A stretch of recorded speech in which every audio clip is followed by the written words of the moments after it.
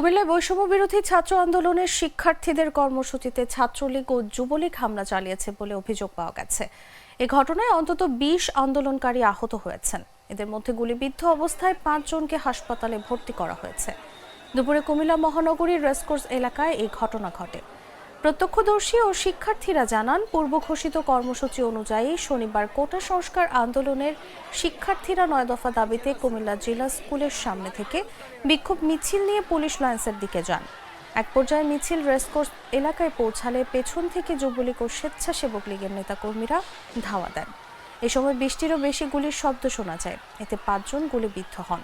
আহত হন আরও ১৫ জন। গুলিবিদ্ধদের কুমিল্লা মেডিকেল কলেজ হাসপাতালে পাঠানো হয়।